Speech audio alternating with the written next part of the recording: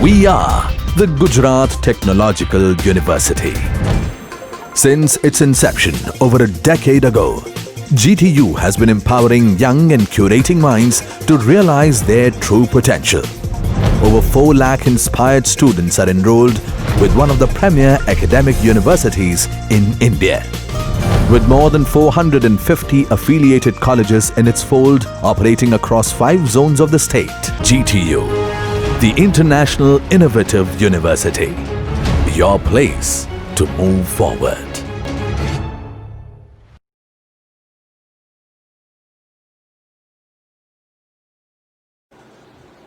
Hello everyone, I am Prateek Parekh.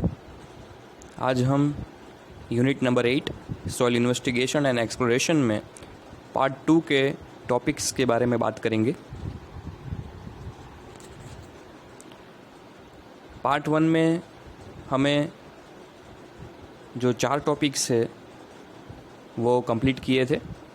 Introduction, purposes of exploration of soil, planning of exploration program, soil samples and collection. आज हम जो बाकी बचे 2 topics है उसके बारे में बात करेंगे। Field penetration test, that is standard penetration test, and introduction to geophysical methods.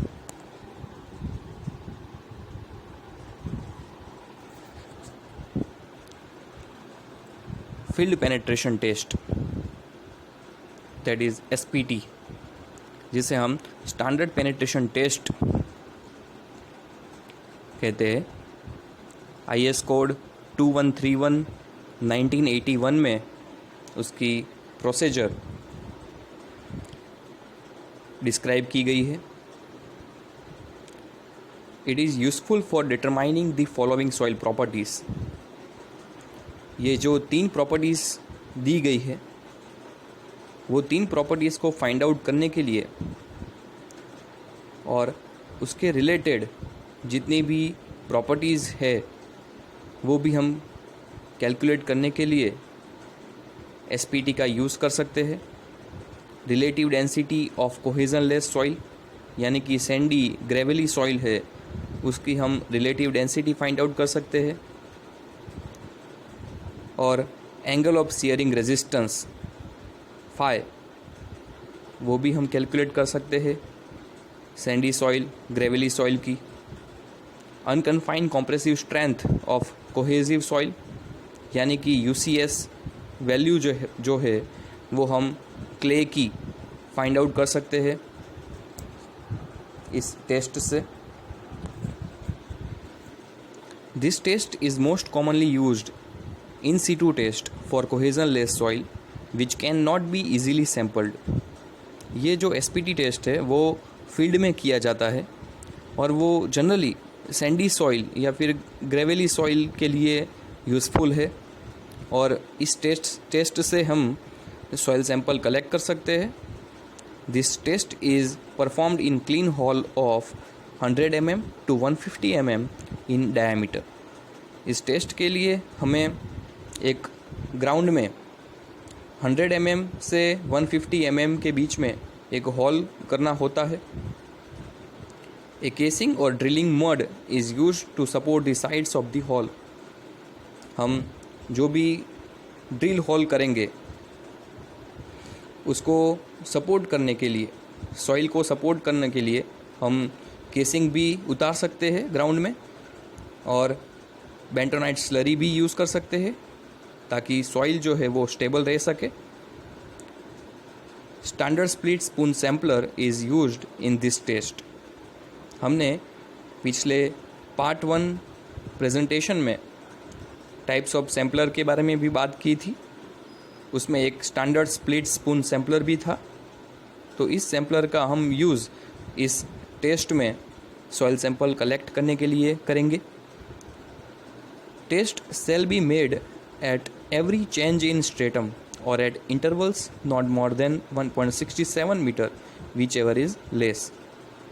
इस टेस्ट को हमें हर जो सॉइल का स्ट्रेटा है वो चेंज होता है और जो इंटरवल्स है वो 1.67 मीटर से ज़्यादा ना हो, इन दोनों क्राइटेरिया में जो कम हो उसको हमें लेकर इस टेस्ट को परफॉर्म करना है ग्राउंड में।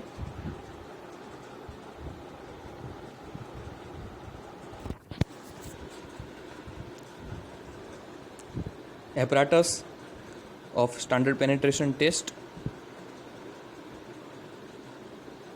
ट्राइपॉड स्टैंड, एक ट्राइपॉड यूज़ करेंगे, स्टैंडर्ड स्प्लिट स्पून सैम्पलर जो कि हमने अभी बात की, और वो स्टैंडर्ड स्प्लिट स्पून सैम्पलर में 3 अलग अलग पार्ट्स होते हैं।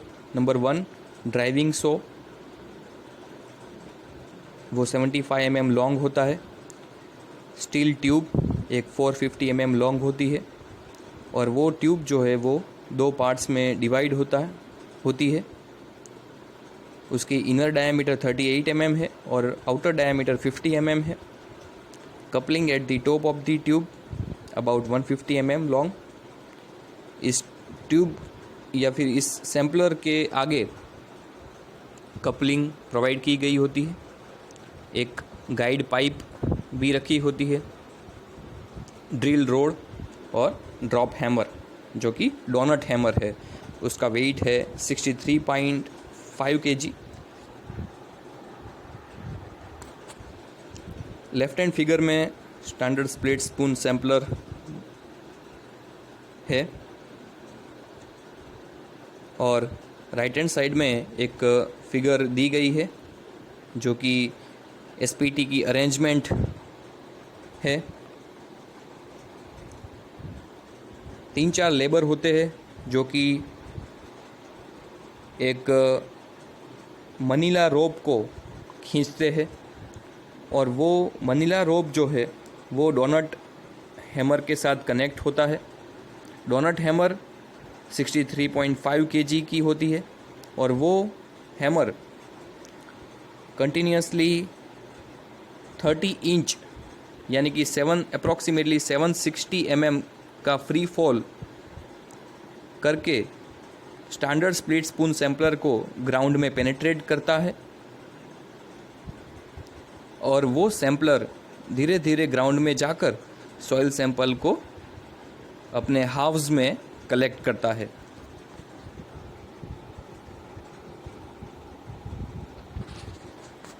ये जो फिगर है वो डोनट हैमर की है। डोनट हैमर का वेट और फ्री फॉल हमने अभी डिस्कस किया। इसकी प्रोसीजर के बारे में बात करें हम, IS 2131 1981 में भी इसकी प्रोसीजर को डिफाइन किया गया है। The bore hole is to be drilled up to the desired depth. Bore hole करना है हमें ग्राउंड में। The drilling tools are removed and sampler is lowered to the bottom of the hole. Bore hole करने के बाद सारे tools निकाल लेने हैं, और उसके बाद जो स्टैंडर्ड स्प्लिट स्पून सैम्पलर है उसको ग्राउंड में पेनिट्रेट करना है। 3 markings of 150 mm are made on the rod of sampler. जो स्टैंडर्ड स्प्लिट स्पून सैम्पलर है उसमें हमें मार्कर से 3 मार्किंग करने हैं 150 mm के, क्योंकि हर बार हमें 150 mm का पेनिट्रेशन करना है। उस सैम्पलर को 150 mm ग्राउंड में पेनिट्रेट करना है। तो हम इजीली देख सकते हैं कि 150 mm हो गया है, तो अब दूसरा 150 mm के लिए पेनिट्रेशन करना है। The number of blows required to drive each 150 mm penetration of the sampler is counted. तो हर 150 mm पेनिट्रेशन पर हमें कितनी बार डोनट हैमर को फ्री फॉल करवाना है वो गिनते रहना है, ताकि हम नंबर ऑफ ब्लोज यानी कि N capital N value calculate कर सके।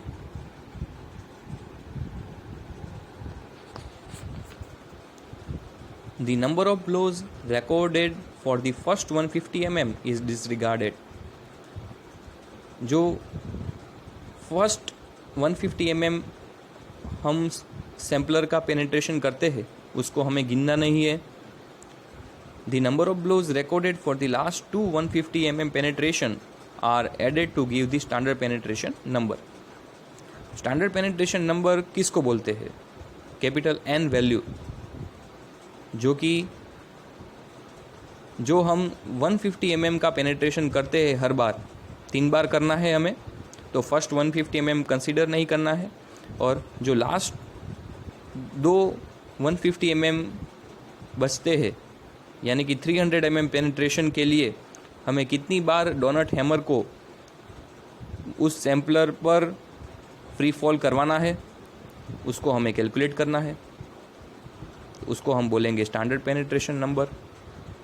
The sampler is driven into the soil by drop hammer freely falling through the height of 760 mm. Free fall 760 mm का होना चाहिए. The number of blows should be 30 per minute. Her minute में 30 blows आने चाहिए. If the number of blows for 150 mm penetration exceeds 50, it is taken as refusal and the test is discontinuous. अगर 150 mm penetration के लिए number of blows 50 से ज़्यादा हो जाए तो उस टेस्ट को हमें कंटिन्यूस नहीं करना है और वहाँ पर ही रुक जाना है, क्योंकि वहाँ पर रॉकी स्ट्रेटा आने के चांसेस ज़्यादा है, तो उस टेस्ट को आगे हम नहीं ले जा सकते हैं. ये टेस्ट हम परफॉर्म करते हैं मगर इसकी जो वैल्यू है रिकॉर्डेड वैल्यू उसको हम फाइनल वैल्यू नहीं मान सकते हैं. कुछ ना कुछ हमें करेक्शन करना पड़ेगा जो भी रिकॉर्डेड वैल्यू आएगी एसपीटी की. तो वो करेक्शंस कौन कौन से हैं? Number 1 dilatancy correction. Silty fine sands and fine sands below the water table develop pore pressure which is not easily dissipated. अगर हम बात करें कोहेजन लेस सॉइल की और उसमें भी fine sand and silty fine sand, तो उसमें जैसे जैसे डेप्थ बढ़ती जाएगी वो उसमें जब वाटर टेबल ज़्यादा होगा तो वाटर का जो प्रेशर है वो सैंड्स के पार्टिकल्स के वॉइड्स में ज़्यादा बढ़ता चला जाएगा, और वो पोर प्रेशर की वजह से जो हम नंबर ऑफ ब्लोज ज़्यादा लगाएंगे तो वो करेक्शंस हमें अप्लाई करना पड़ेगा, क्योंकि जितना पोर प्रेशर सैंड के पार्टिकल के वॉइड्स में ज़्यादा लगेगा उतना ही हमें ज़्यादा बार उस डोनट हैमर को सैम्पलर पर फ्री फॉल करवाना पड़ेगा. तो वो वैल्यू हमें करेक्टेड ढूंढनी पड़ेगी. The pore pressure increases the resistance of the soil and hence the penetration. जितना पोर प्रेशर ज़्यादा होगा उतना ही सॉइल का रेजिस्टेंस भी ज़्यादा होगा, यानी कि पेनिट्रेशन नंबर जो है उसकी वैल्यू भी ज़्यादा आएगी. तो हमें वो ओवर एस्टिमेट ना हो जाए उस वजह से हमें ये dilatancy correction silty fine sand and fine sand में अप्लाई करना पड़ेगा. The following correction is applied when the observed value of n exceeds 15. n value जो है वो 15 से ज़्यादा हो जाए तो हमें ये डायलेटेंसी करेक्शन अप्लाई करना है, और उसका जो इक्वेशन है वो NC is equal to 15 plus 0.5 in bracket NR minus 15, where NR is the recorded value of SPT. NR recorded value means कि फील्ड में जो हम फिर फ्री फॉल करवा रहे हैं हैमर का सैम्पलर पर, वो फ्री फॉल की वैल्यू जो है वो हमें NR कहेंगे. If NR is less than और equal to 15 then NC is equal to NR. अगर नंबर ऑफ ब्लोज जो 15 है या फिर उससे कम है तो हमें ये करेक्शन की कोई ज़रूरत नहीं है. करेक्टेड एन वैल्यू जो है वो रिकॉर्डेड वैल्यू ही होगी। दूसरा करेक्शन जो है वो overburden pressure correction. If the two soils having same relative density but different confining pressure, one with a higher confining pressure gives a higher penetration number। दो soil है और उसकी सेम रिलेटिव डेंसिटी है, but confining pressure जो है वो depth के साथ बढ़ता जाएगा, और जिसका कन्फाइनिंग प्रेशर ज़्यादा है वो ज़्यादा पेनिट्रेशन नंबर देगा, यानी कि उस सॉइल में हमें ज़्यादा नंबर ऑफ ब्लोज लगवाने पड़ेंगे, तो हमें ये ओवरबर्डन प्रेशर करेक्शन भी अप्लाई करना पड़ेगा उसमें। और उसका इक्वेशन जो है वो corrected N value that is NC is equal to 350 divided by sigma dash plus 70 into NR, where sigma dash is less than 280 kilo newton per metre square. NC is equal to corrected penetration number, sigma dash is equal to effective overburden pressure, NR is equal to recorded value of SPT। अगर sigma dash की value 280 से ज़्यादा होती है तो हमें ये overburden pressure correction apply नहीं करना है। The ratio NC by NR should lie between 0.45 and 2। जो ये NC और NR का रेशियो है, करेक्टेड वैल्यू और रिकॉर्डेड वैल्यू का जो रेशियो है वो 0.45 से 2 के बीच में होना चाहिए। अगर ये रेशियो 2 से ज़्यादा होता है तो हमें NC should be divided by 2 to obtain the design value used in finding the bearing capacity of soil. Bearing capacity find out करने के लिए हमें इस रेशियो का वैल्यू अगर 2 से ज़्यादा होता है तो हमें NC की जो वैल्यू आती है, यानी कि करेक्टेड SPT वैल्यू जो आती है, उसको हमें 2 से डिवाइड करना है, तो ही हम एक final corrected value find out कर सकेंगे। हमारा जो अगला टॉपिक है वो है इंट्रोडक्शन टू जियोफिज़िकल मेथड्स।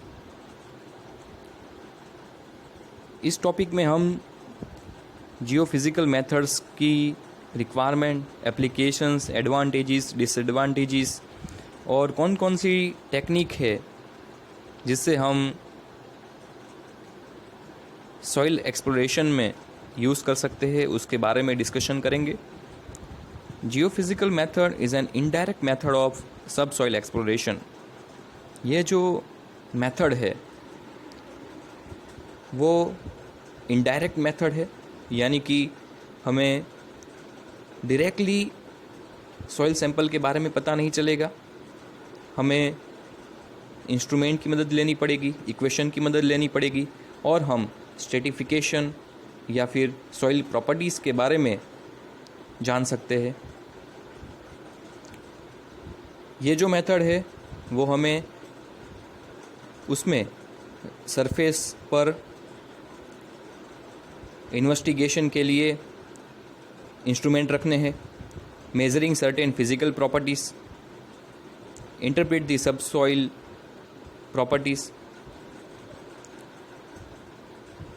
जियोफिज़िकल मेथड में 2 कैटेगरी है। नंबर 1 इलेक्ट्रिकल रेजिस्टिविटी मेथड और number 2 seismic refraction method. Electrical resistivity method में 2 मेथड्स है। नंबर 1 इलेक्ट्रिकल प्रोफाइलिंग यानी कि मैपिंग मेथड, और नंबर 2 इलेक्ट्रिकल साउंडिंग मेथड। तो हम ये सारी मेथड्स के बारे में डिस्कशन करेंगे।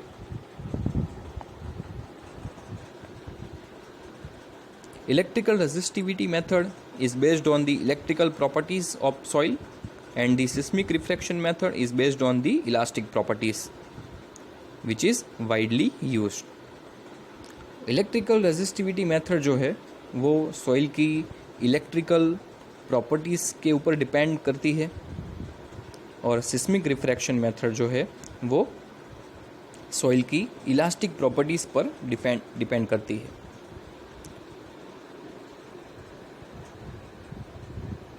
ये जो जियोफिज़िकल मेथड्स है उसके एडवांटेजेस क्या है, जो कि सिंपल है, फास्ट है, इकोनॉमिकल है, पोर्टेबल इंस्ट्रूमेंट्स उसमें यूज़ किए जाते हैं और लार्जर एरिया इन्वेस्टिगेट भी होता है। उसकी एप्लीकेशन सब surface soil, mineral ores, geological structures, ground water studies.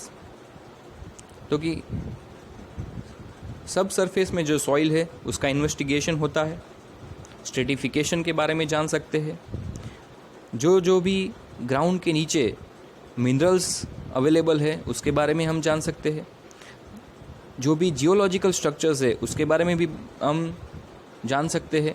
Rocky strata आता है, स्ट्रेटा चेंज होता है, तो हर एक ग्राउंड वाटर स्टडीज़ के बारे में भी जान सकते हैं कि कितनी डेप्थ तक ग्राउंड वाटर अवेलेबल है।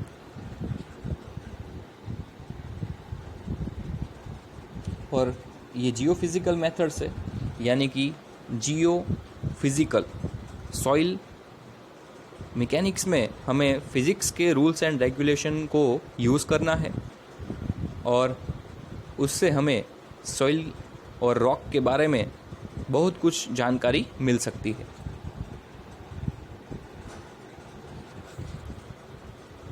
Number 1, electrical resistivity method. Electrical methods are based on the fact that the subsurface formation, structures, etc. possess different electrical properties. हम जानते हैं कि जो ग्राउंड के नीचे सॉइल है उसका फॉर्मेशन और उसका स्ट्रक्चर्स डिफरेंट है। तो हर एक स्ट्रेटा, हर एक फॉर्मेशन, हर एक स्ट्रक्चर सॉइल का डिफरेंट इलेक्ट्रिकल प्रॉपर्टीज़ को गेन करता है। न्यूमरस एंड वर्सेटाइल एप्लीकेशंस, इस मेथड की एप्लीकेशंस ज़्यादा है। ग्राउंड वाटर स्टडीज़ हम कर सकते हैं, सब सरफेस स्ट्रक्चर्स के बारे में जान सकते हैं और बहुत सारी चीज़ें हैं वो इलेक्ट्रिकल रेजिस्टिविटी मेथड से इजीली हम जान सकते हैं। सब surface soil exploration electrical resistivity method is used. तो सब सरफेस के बारे में हमें बहुत अच्छी जानकारी इस इलेक्ट्रिकल रेजिस्टिविटी मेथड से मिलती है। इलेक्ट्रिकल रेजिस्टिविटी यानी कि rho of subsurface formation vary from one place to another if they are inhomogeneous and are studied with the help of electrical resistivity method. जैसे जैसे स्ट्रेटा चेंज होगा वो homogeneous नहीं रहेगा, सॉइल की homogeneity है वो बदलती जाएगी और हम इस इलेक्ट्रिकल रेजिस्टिविटी के बारे में जान सकते हैं क्योंकि उसकी भी वैल्यू भी चेंज होती जाएगी। इलेक्ट्रिकल रेजिस्टिविटी उसका यूनिट है ohm metre, which is depends on water content, compaction and composition. जैसे जैसे ग्राउंड के नीचे जो स्ट्रेटा है सॉइल का, उसका जो फॉर्मेशन है, स्ट्रक्चर है, उसका वाटर कंटेंट बदलता जाएगा, कॉम्पैक्शन प्रॉपर्टीज़ भी बदलती जाएगी, मिनरल कंपोजिशन चेंज होता जाएगा, तो इलेक्ट्रिकल रेजिस्टिविटी यानी कि रो की वैल्यू भी चेंज होती जाएगी। उसकी वैल्यू सैचुरेटेड सिल्ट के लिए कम है और लूज ड्राई ग्रावेल और सॉलिड रॉक के लिए ज़्यादा है। Driving four metal spikes to serve as electrodes into the ground along a straight line at equal distances। तो हमें ग्राउंड में 4 इलेक्ट्रोड पेनिट्रेट करने हैं। वो चारों इलेक्ट्रोड के बीच में जो स्पेसिंग है वो इक्वल रहेगा इस मेथड में। 2 different arrangements of electrodes are possible. 2 तरह की अरेंजमेंट से हम इलेक्ट्रिकल रेजिस्टिविटी मेथड की प्रोसीजर डिफाइन कर सकते हैं। एक है वेनर अरेंजमेंट एंड दूसरी जो है वो स्क्लमबर्गर अरेंजमेंट है।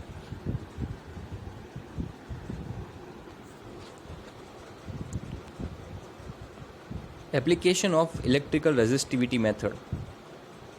From the civil engineering point of view, the resistivity investigations are useful in solving a number of geological problems.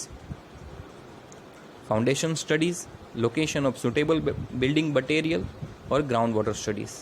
ज़्यादातर हम इस मेथड का यूज़ फाउंडेशन के बारे में जानने के लिए, बिल्डिंग मटेरियल के लोकेशन को फाइंड आउट करने के लिए और ग्राउंड वाटर टेबल के बारे में जानने के लिए यूज़ करते हैं। ये जो है वो इंस्ट्रूमेंट है इलेक्ट्रिकल रेजिस्टिविटी मेज़रमेंट के लिए, उसका हमें यूज़ करना है।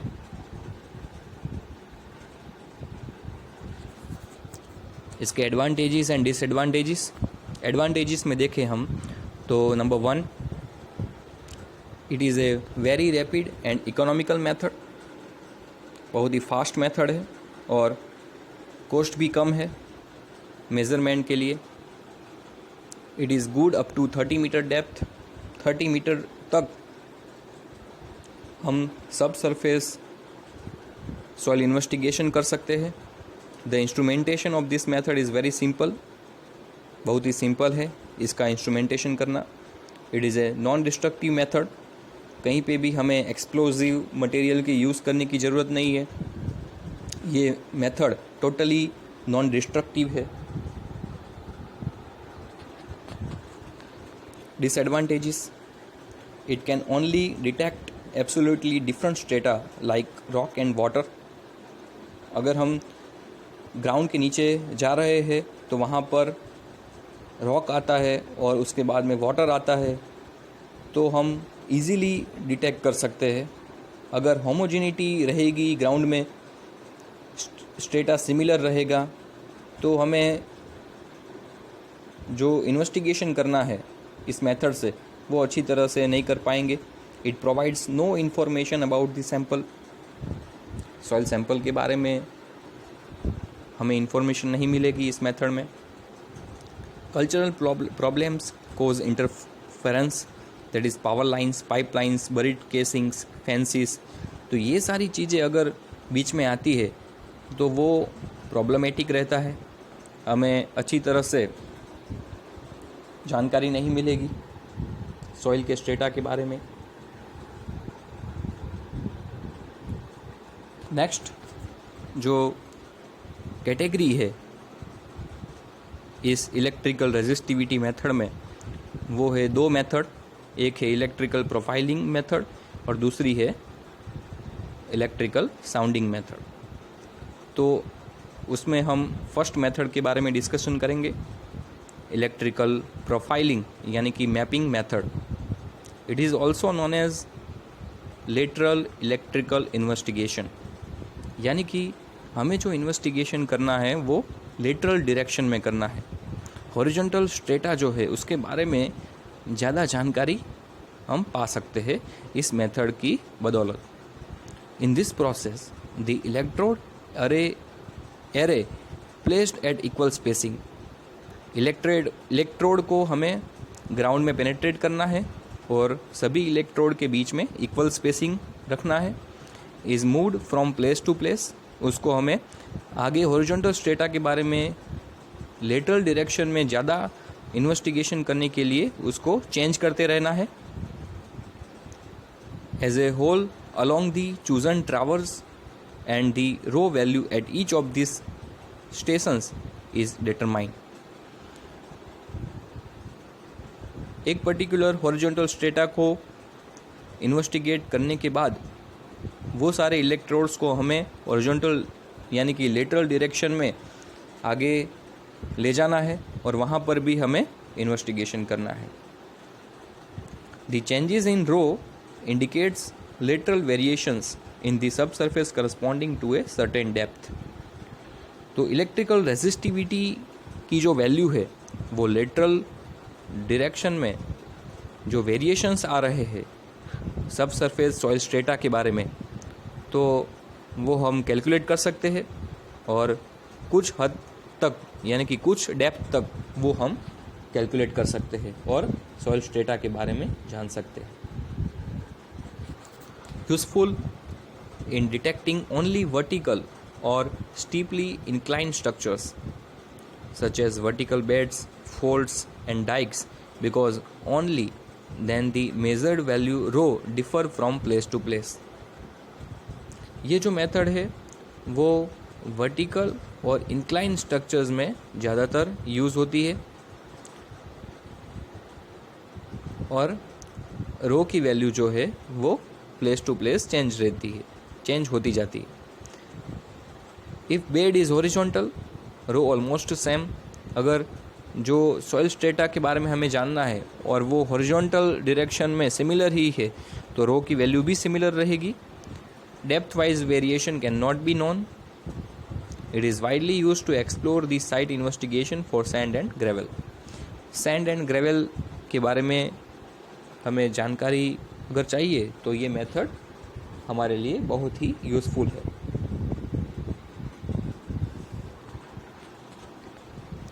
इलेक्ट्रिकल प्रोफाइलिंग मेथड माइंस 2003 में माइंस ने 2003 में ये अरेंजमेंट दिया है और वो इक्वेशन भी दिया है. उसको हम वेनर एरे भी कहते हैं. 4 इलेक्ट्रोड्स रखे गए हैं. वोल्ट मीटर है, ए मीटर है. अगर हम करंट पास करेंगे तो वोल्टेज डिफरेंस हम मेज़र कर सकते हैं और वो वोल्टेज डिफरेंस जो हम मेज़र करेंगे उसके साथ ये इलेक्ट्रिकल रेजिस्टिविटी की वैल्यू भी मिलेगी जो कि इक्वेशन है rho a is equal to 2πa into delta V by I. Delta V यानी potential difference, I that means electrical current, rho a that means apparent resistivity और 2πa जो है वो जियोमेट्रिक फैक्टर है. उसकी वैल्यू रेनॉल्ड्स ने 2000 में दी थी के की वैल्यू. तो सिंपल इसकी प्रोसीजर है. आउटर इलेक्ट्रोड्स में हमें करंट पास करना है ताकि इनर इलेक्ट्रोड्स में हमें वोल्टेज का डिफरेंस मिले और वो वोल्टेज का डिफरेंस जो है वो वोल्ट मीटर से हम मेज़र कर सकते हैं और उसको इक्वेशन में रखेंगे तो हमें वैल्यू मिल जाएगी एपरेंट रेजिस्टिविटी की. दूसरी जो कैटेगरी है इलेक्ट्रिकल रेजिस्टिविटी मेथड में वो है electrical sounding method. In this method a number of rho value are measured at the same place by increasing the distance between the current electrodes each time after taking reading. हमें जो electrode के spacing रखे हैं शुरुआत में वो हमें next reading के लिए चेंज करते जाने हैं ताकि हम डेप्थ में ज़्यादा सॉइल इन्वेस्टिगेशन कर सके. Successive increase in distance makes the current penetrate more and more deeply. जैसे जैसे हम इलेक्ट्रोड्स के बीच में स्पेसिंग बढ़ाते जाएंगे वैसे वैसे हमें ज़्यादा से ज़्यादा डेप्थ के बारे में इन्वेस्टिगेशन करने का मौका मिलेगा और ज़्यादा इन्वेस्टिगेशन हम कर सकेंगे. साउंडिंग यानी डेप्थ के बारे में हमें ज़्यादा पता चले. Hence the change in rho value measured indicate the vertical variations in the subsurface at the investigated point. जो रो वैल्यू चेंज होती है वो इंडिकेट करती है कि वर्टिकल डायरेक्शन में सब सरफेस जो सॉइल का स्ट्रेटा है वो डिफरेंट है.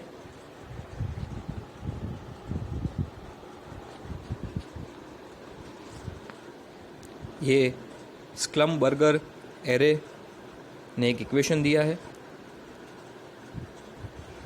4 इलेक्ट्रोड्स है. इनर इलेक्ट्रोड्स के बीच में स्पेसिंग है ए और आउटर इलेक्ट्रोड्स जो है उसका स्पेसिंग डिफरेंट है और चेंज करते जाना है हमें. इक्वेशन दिया हुआ है rho a is equal to pi into s square minus a square divided by 4 divided by a into delta V by I. तो इस इक्वेशन से हम एपरेंट इलेक्ट्रिकल रेजिस्टिविटी के बारे में पता चल सकता है। और नेक्स्ट जो है वो topic application of electrical sounding method. ये जो मेथड हमने देखी उसकी एप्लीकेशन कहाँ पर है? कैरेक्टराइज सब सरफेस हाइड्रोजियोलॉजी। सब सरफेस में जो ग्राउंड वाटर स्टडीज़ है उसके बारे में पता चलता है हमें। जो भी जियोलॉजिकल स्ट्रक्चर्स है उसके बारे में पता चलता है। Determine depth of bed rock, overburden thickness. जो भी रॉकी स्ट्रेटा है या फिर जो भी स्ट्रेटा है उसकी डेप्थ हमें पता चलती है। Determine depth of ground water किस डेप्थ तक अवेलेबल है वो हम जान सकते हैं ग्राउंड सरफेस से। Map vertical extent of certain types of soil and ground water contamination. Types of soil के बारे में पता चलता है वर्टिकल डायरेक्शन में। और ग्राउंड वाटर में जो इम्प्यूरिटीज़ है उसके बारे में भी हम जान सकते हैं इस मेथड से। मैप सॉल्ट वाटर इंट्रूजन, जो सॉल्ट वाटर है उसके बारे में भी हम जान सकते हैं।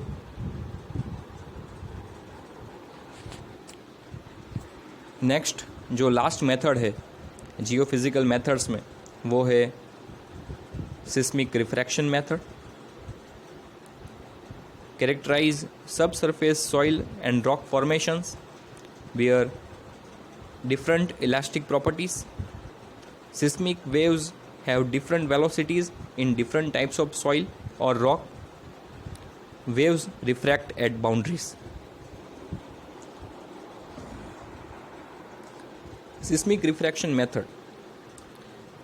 तो इस मेथड में हमें जो सिस्मिक वेव्स है वो आर्टिफिशियली प्रोड्यूस करने हैं और वो artificially produced seismic waves travel करेंगे, रिफ्लेक्ट भी करेंगे और रिफ्रैक्ट भी करेंगे। तो उस हिसाब से हमें वो सॉइल के स्ट्रेटा के बारे में जानकारी मिल सकती है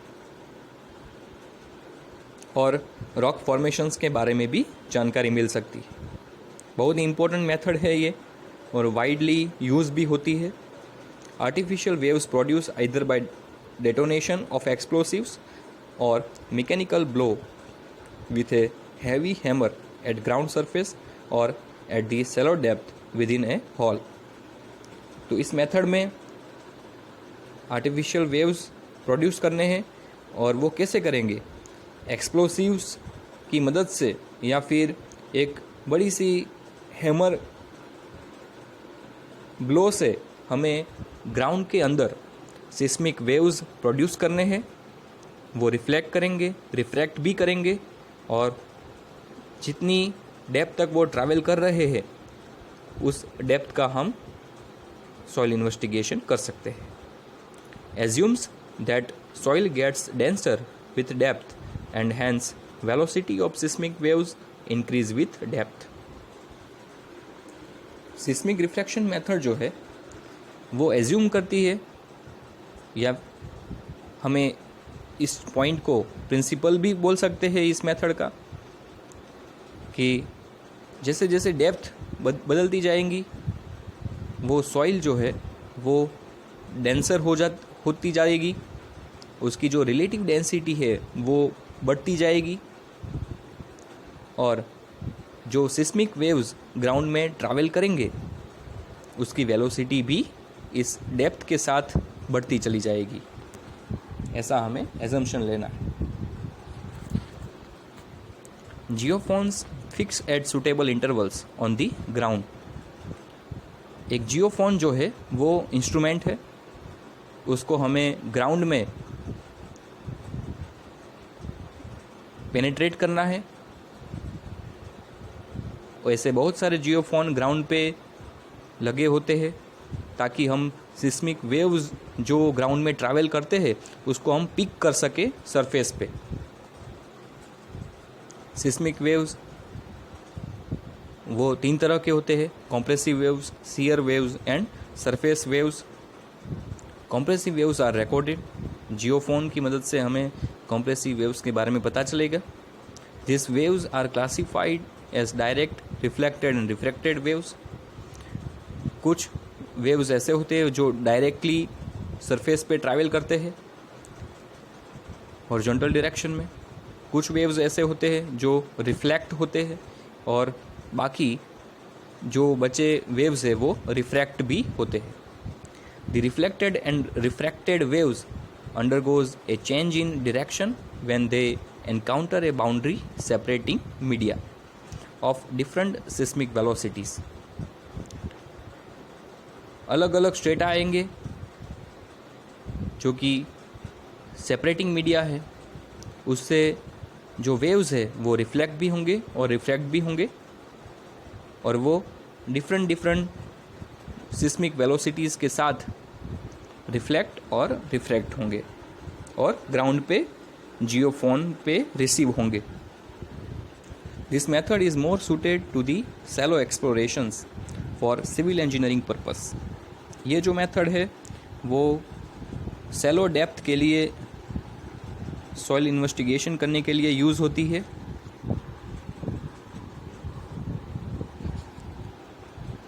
सिस्मिक रिफ्लेक्शन मेथड, उसकी प्रोसीजर के बारे में बात करें step by step. Number 1, detectors placed at varying distances along same line on ground. Surface पे हमें डिटेक्टर्स यानी कि जियोफोन्स प्लेस करने हैं अलग अलग डिस्टेंस पे। शॉक वेव्स और impact waves produce at A location. एक प्लेट होती है, उस पे हमें बड़ी सी हैमर से या फिर एक्सप्लोसिव मटेरियल से एक इम्पार्ट करना होता है ताकि हम शॉक वेव्स प्रोड्यूस कर सके और वो वेव्स ग्राउंड के अंदर ट्रैवल करे और जियोफोन पे वो रिसीव करे।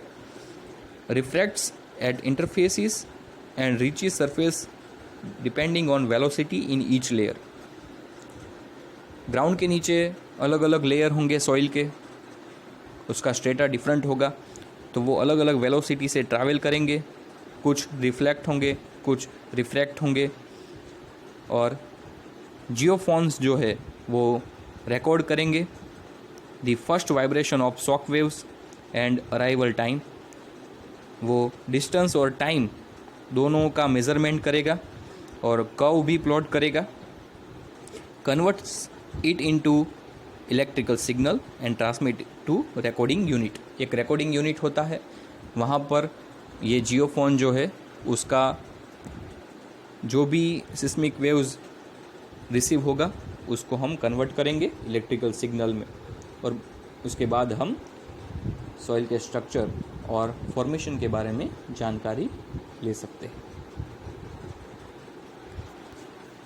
सिस्मिक रिफ्रैक्शन और सिस्मिक रिफ्लेक्शन, उसके डिफरेंस के बारे में अगर हम बात करें तो यहाँ पर देख सकते हैं कि सोर्स यानी कि जहाँ पर हमें एक हैमर से आर्टिफिशियल शॉक वेव प्रोड्यूस करना है तो वहाँ पर एक सोर्स दिखाई दे रहा है, और सोर्स के पास में ही एक रिफ्लेक्शन पॉइंट दिया गया है और उससे दूर एक रिफ्रैक्शन पॉइंट भी दिया गया है।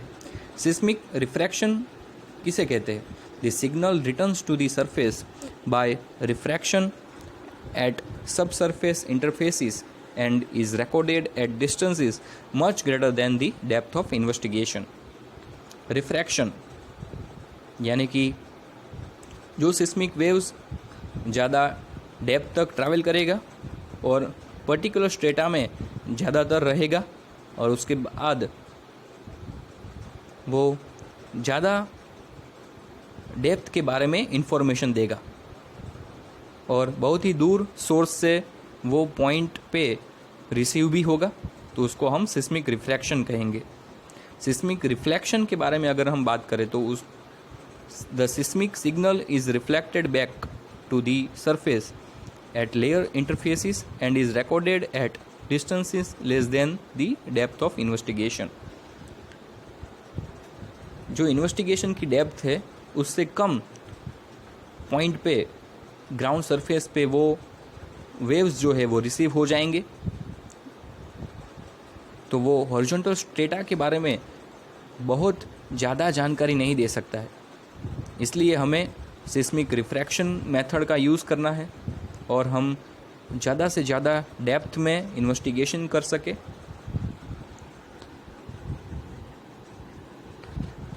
ये जो है वो जियोफोन है, उसको हमें ग्राउंड पे पेनेट्रेट करना होता है ताकि हम सिस्मिक वेव्स को रिसीव कर सके ग्राउंड सरफेस पे। ऐसे बहुत सारे जियोफोन्स ग्राउंड पे लगे होते हैं। सिस्मिक रिफ्लेक्शन के बारे में यहाँ पर दिया गया है। एक आदमी जो है वो हैमर से एक प्लेट पे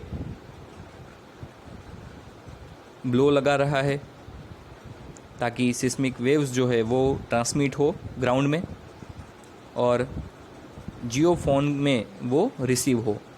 वो ज़्यादा डेप्थ तक ट्रैवल नहीं करेंगे और बहुत ही जल्दी जियोफोन में रिसीव हो जाएंगे क्योंकि ये मेथड सिस्मिक रिफ्लेक्शन है। नीचे जो है वो लेयर रॉकी स्ट्रेटा है, तो रॉकी स्ट्रेटा में वो सिस्मिक वेव्स ट्रैवल नहीं करेंगे, तो वहाँ से ही वो रिफ्लेक्ट हो जाएंगे और जियोफोन पे वो रिसीव हो जाएंगे। जियोफोन में रिसीव होंगे, उसके बाद एक यूनिट रखा गया होगा जो कि ये सारे रिसीवर में जो सिग्नल मिलता है उसको हम कन्वर्ट कर सके और सिस्मोग्राफ प्रिपेयर कर सके। ये जो मेथड है वो सिस्मिक रिफ्रैक्शन मेथड है कि वो ग्राउंड में भी थोड़ी डेप्थ तक ट्रैवल भी करेंगे। डायरेक्ट वेव्स और रिफ्रैक्टेड वेव्स, तो हमें ज़्यादा से ज़्यादा डेप्थ लेटरल डायरेक्शन में हम इन्वेस्टिगेट कर सकते हैं।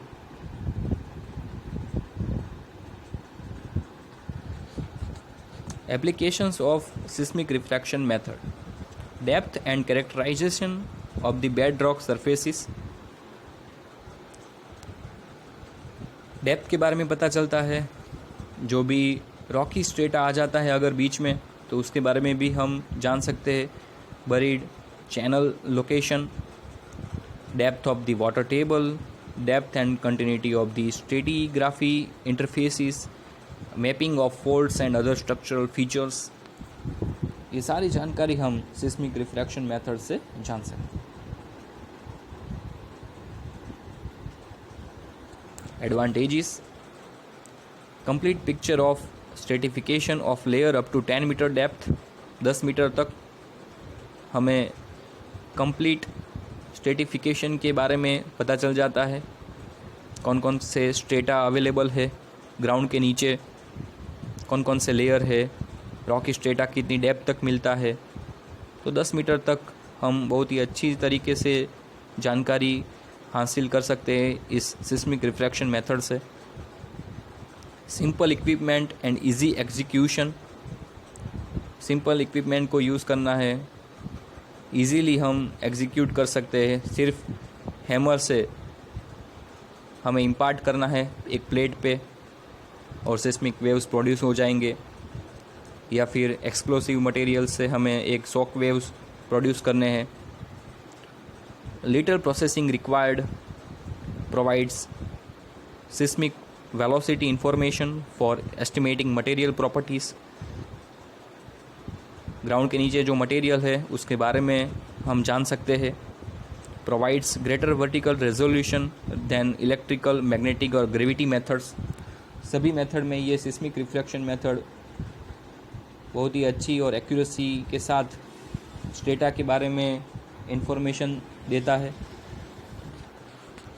Disadvantages of seismic refraction method: can not be used when hard layer overlies soft layer.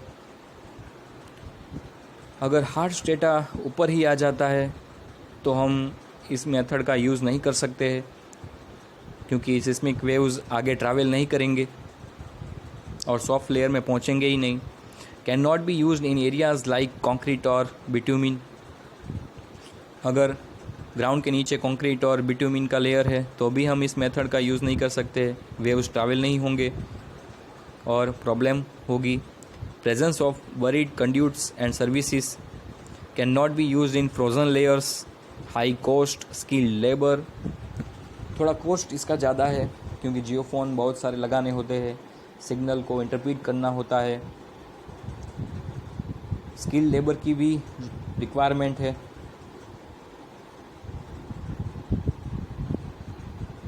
Role of geophysical methods in solving geotechnical problems. ये जो सारी हमने जियोफिजिकल मेथड्स देखी, उसका रोल क्या है जियोटेक्निकल प्रॉब्लम को सॉल्व करने में। Number 1, for dam and bridge sites to locate depth of the solid rock. सबसे इम्पॉर्टेंट होता है डैम और ब्रिज साइट पे कि हम हार्ड स्ट्रेटा को ढूंढें। रॉकी स्ट्रेटा कितनी डेप्थ में मिलेगा हमें, वो बहुत ही इम्पोर्टेंट होता है, क्योंकि वहाँ तक हमें फाउंडेशन को ले जाना होता है। इतना बड़ा स्ट्रक्चर है डैम का, तो हमें उसका फाउंडेशन जो है वो रॉकी स्ट्रेटा पे, हार्ड स्ट्रेटा पे हम रख पाए उतना ही अच्छा है। For design of the under water foundation, अगर हमें फाउंडेशन अंडर वाटर प्रिपेयर करना है तो वहाँ पर भी हमें ये इस मेथड का यूज़ करना पड़ेगा, ताकि हम ग्राउंड वाटर टेबल के बारे में जान सके, अंडर वाटर कंटामिनेशन के बारे में जान सके। For building sites to locate hard rock strata, soft strata, seismic refraction method is used. Generally हम सिस्मिक रिफ्रैक्शन मेथड को यूज़ करते हैं क्योंकि वो एक्यूरेट मेथड है और उससे हमें क्लियर पिक्चर मिल जाता है कि रॉकी स्ट्रेटा कहाँ पर है, सॉफ्ट स्ट्रेटा कितनी डेप्थ तक है। Slope design and the landslide investigation, slope stability के बारे में जानना है, उसकी डिज़ाइन करनी है, लैंडस्लाइड के बारे में जानना है, इन्वेस्टिगेशन करना है, तो भी हम जियोफिज़िकल मेथड का यूज़ कर सकते हैं। और डिफरेंट सॉइल स्ट्रेटा जो है ग्राउंड के नीचे, उसके बारे में हम जानकारी हासिल कर सकते हैं। To locate the shallow deposits, बहुत ही अच्छी तरीके से हम कम डेप्थ में जो सॉइल स्ट्रेटा, सॉइल डिपॉजिट है, उसके बारे में हम जान सकते हैं। Ground water investigation in the in situ evaluation of concrete, geophysical methods are used to determine uniformity of concrete. Concrete uniform है कि नहीं, वो भी हम ऑन फील्ड इवोल्यूशन कर सकते हैं। और ये सारी जो एप्लीकेशन है वो जियोफिजिकल मेथड्स की है, बहुत ही इम्पोर्टेंट है ये method. This are the references.